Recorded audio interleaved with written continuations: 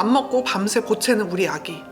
배고파서 먹였더니 또 졸렵다고 안 먹고 칭얼대고 또 밤새 엄마 피곤하게 하는 거죠. 그리고 겨우 잠든 것 같아서 내려놓기만 하면 등 센서가 달려서 막 울어 제끼고, 내가 혹시 잘못 키우고 있어서 얘가 이렇게 예민한 건가? 아니면 이 아기의 기질에 좀 문제가 있는 거 아닐까? 안녕하세요. 마음을 밝히는 언니, 정신과 전문의 유혜진입니다.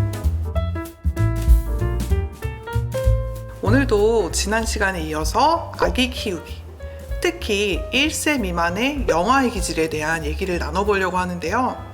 사실 영아 발달 중에 우리가 가장 많이 검색해보고 찾아보는 게 이 시기에 이 정도 발달을 하는 게 맞나? 이런 부분들일 건데요.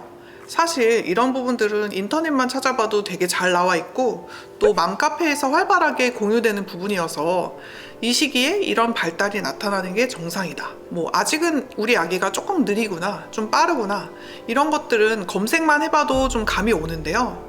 사실 요즘에는 한 가구당 한 자녀가 많잖아요. 예전처럼 아기가 발달이 느린데 부모님이 눈치채지 못하거나 이런 식으로 크리티컬하게 발달에 문제가 있는데 모르는 경우는 많지 않거든요. 제 생각엔 오히려 요즘 같은 시기에는 사실 어떻게 보면 안 먹고 밤새 보채는 우리 아기, 배고파서 먹였더니 또 졸렵다고 안 먹고 칭얼대고 또 밤새 엄마 피곤하게 하는 거죠. 그리고 겨우 잠든 것 같아서 내려놓기만 하면 등 센서가 달려서 막 울어 제끼고, 내가 혹시 잘못 키우고 있어서 얘가 이렇게 예민한 건가? 아니면 이 아기의 기질에 좀 문제가 있는 거 아닐까? 이런 고민들 오히려 많이 하실 건데요. 이런 부분은 운동 발달과 다르게 아기들마다 기질이 제각각 다르고 딱 떨어지는 기준이 있는 건 아니라서 엄마 아빠들이 사실 많이 궁금해 하시는 부분일 것 같고, 그래서 또한 가장 중요한 게 이런 아기의 기질적인 부분이 아닐까 싶어요. 그러니까 우리 아이의 기질이 뭘까? 얘는 도대체 어떤 인간인 거야?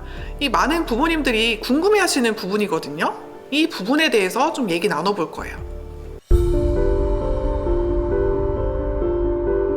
아기의 기질은 성격과는 다른 개념이거든요. 사실 이 기질이 아이 성격 형성의 중요한 부분이기는 해요. 그런데 성격은 기질과도 연관이 되지만 또 살아가면서 겪는 경험과 연관이 되어 있거든요. 그래서 그 사람이 살아가면서 성공했던 경험, 기뻐했던 경험, 좌절했던 경험, 또 대인관계에서 좋았던 경험, 상처받았던 경험, 또 내가 스스로 이뤄낸 성취 경험, 이런 경험들이 많은 영향을 성격에 주기 때문에 사실은 기질이 성격 형성의 기본적인 토양은 되지만 성격 그 자체는 아니다 라고 설명드리고 싶어요. 그래서 우리가 우리 아기의 기질을 살펴보기 위해서 체크해야 될 것들이 몇 가지 있는데요. 간단하게 설명드려 볼게요. 첫 번째로 활동 수준이에요.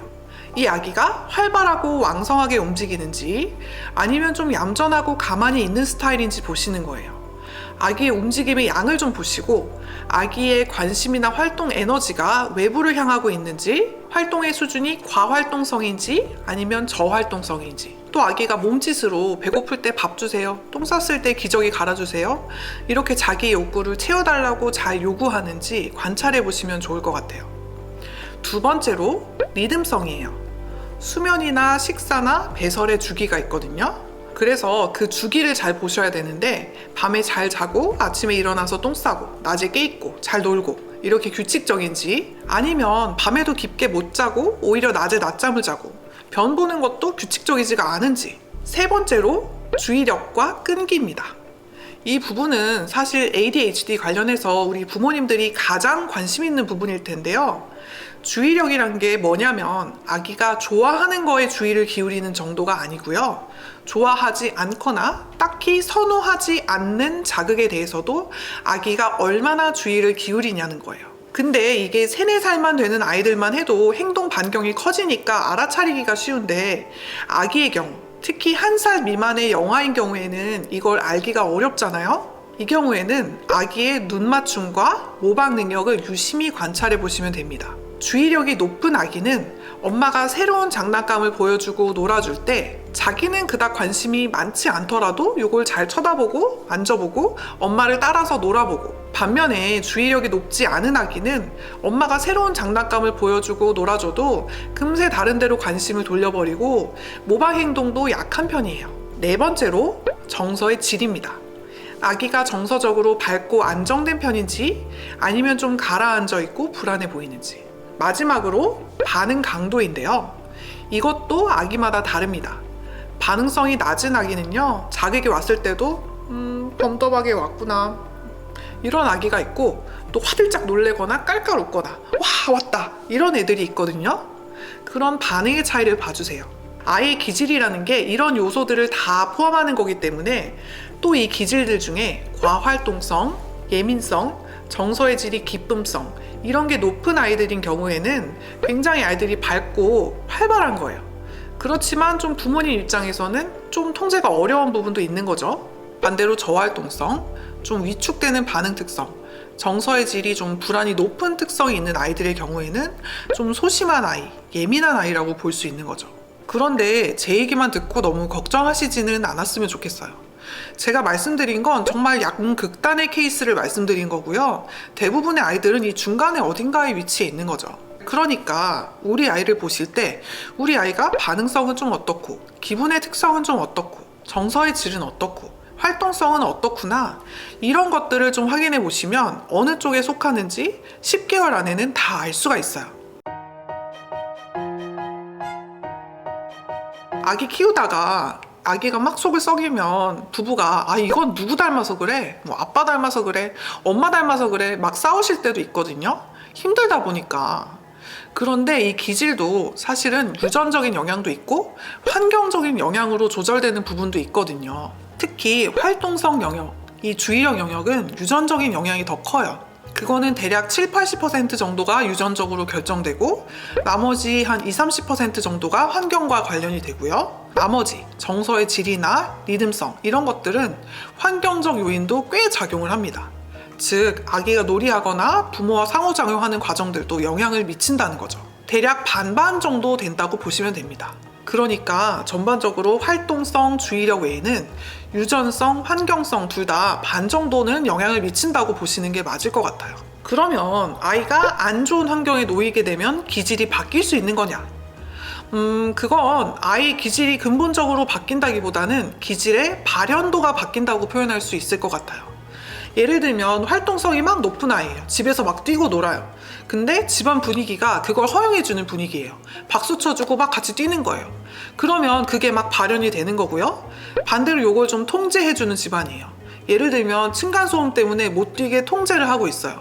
그런 상황이라면 아이의 활동성이 좀 조절이 되죠.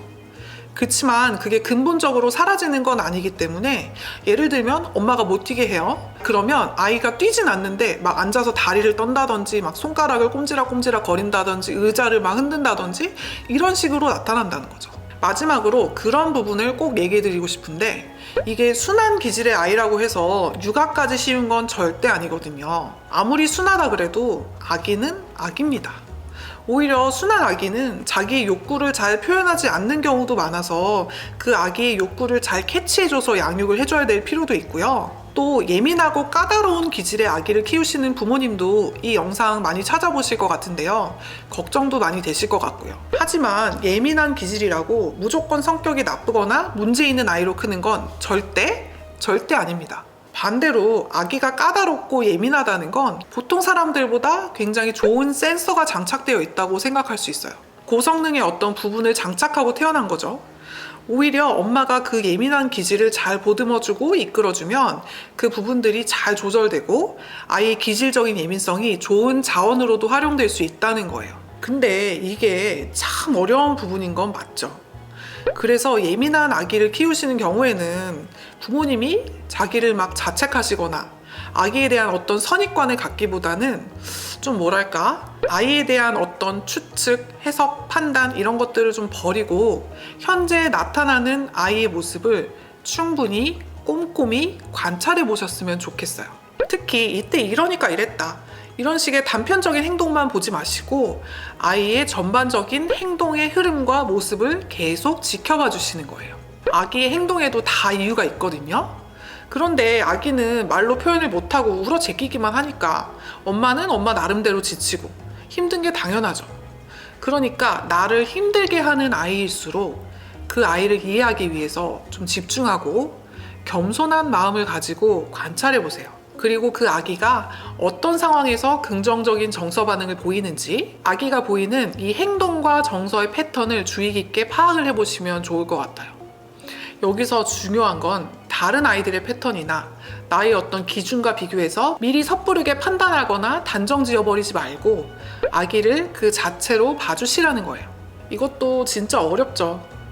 하지만 이렇게 내가 내 아기를 독립된 한 인격체로서 이해하게 될수록 나도 덜 지치고 육아가 조금 더 보람된 게 될 수가 있고요. 또 아기의 기질을 아이의 타고난 강점으로 키우는 육아가 가능해질 거예요.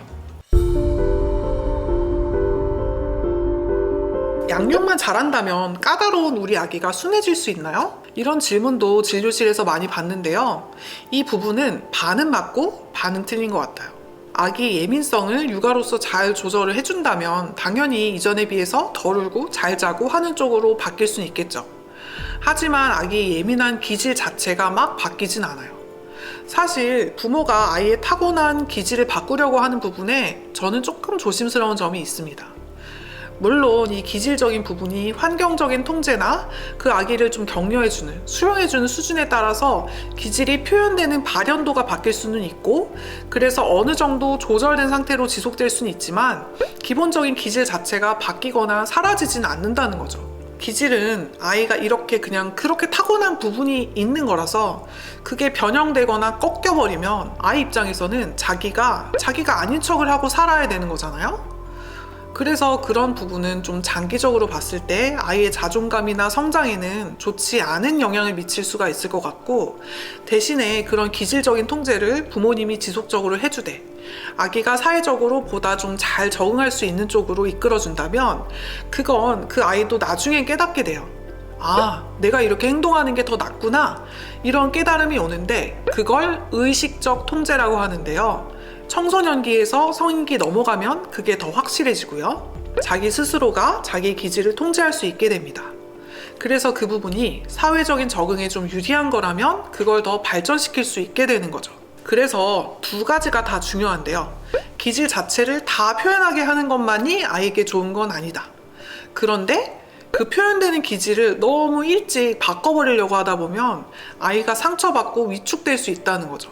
대신 그게 사회적으로 좀 유리한 방향이라면 부모님의 적절한 통제 하에서 아이가 그걸 학습하도록 하는 게 유리하고요. 그게 정말 그 아이에게 유리한 거라면 아이가 그걸 지속적으로 발전시킬 가능성이 있는 거죠. 오늘 영상 보시고 와닿는 부분이 있으셨거나 아이 기질과 육아에 대한 좋은 의견 나눠주고 싶으신 분들은 댓글 꼭 남겨주시고요.